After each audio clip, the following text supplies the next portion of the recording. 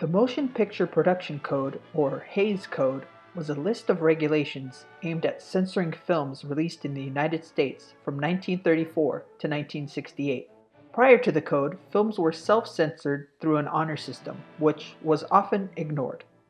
Although they may seem quite tame by today's standards, pre-code films showed provocative scenes and dealt with subject matters that were considered risque for the time. Listen, dearie. A friend of mine called up and he's lonesome, see? His wife is out of town and he wants somebody to go places with him. Sort of show him a good time. That is, until William H. Hays came along. He was head of the Motion Picture Producers and Distributors of America from 1922 to 1945. The code may be named after him, but he didn't come up with it on his own. A code for censoring films was first created in 1929 by Martin Quigley, a Catholic, and Father Daniel A. Lord, a Jesuit priest. However, the code was agreed upon by studio heads mainly to avoid governmental interference in the film industry. Hays adopted the code in 1930 and began enforcing it in 1934, 1 year prior to Princess Tam Tam's release. Strictly speaking, the film did not break the Hays Code as it was released in France, which is outside the code's jurisdiction.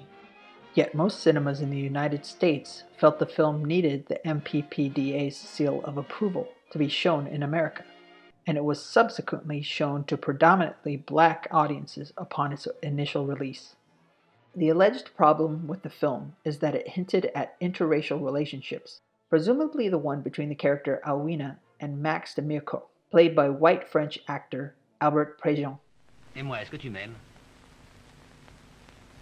Troublé, vous avez dit tout à l'heure? Comment est-ce qu'on est quand on est troublé? Eh bien, on a le cœur qui bat très vite. Alors, je suis troublée. The code stated that the depiction of miscegenation, which is defined as a sexual relationship between black and white people, was strictly forbidden.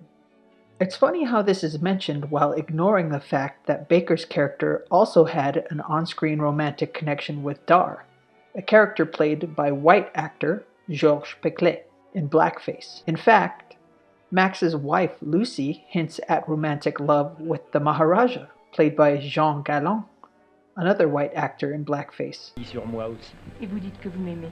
Vous le savez bien. Si vous m'aimez vraiment, vous allez faire quelque chose. Vous allez donner une grande fête pour moi. Et vous inviterez l'aristocratie, la princesse, mon mari. The film also shows Baker ripping off her clothes to reveal a more provocative outfit before dancing and gyrating all over a stage. I suppose they thought this was all fine, as long as there wasn't a hint of race mixing involved. Regardless of the Hays Code and the film's racist use of blackface, Josephine Baker's performance alone was worth the price of admission.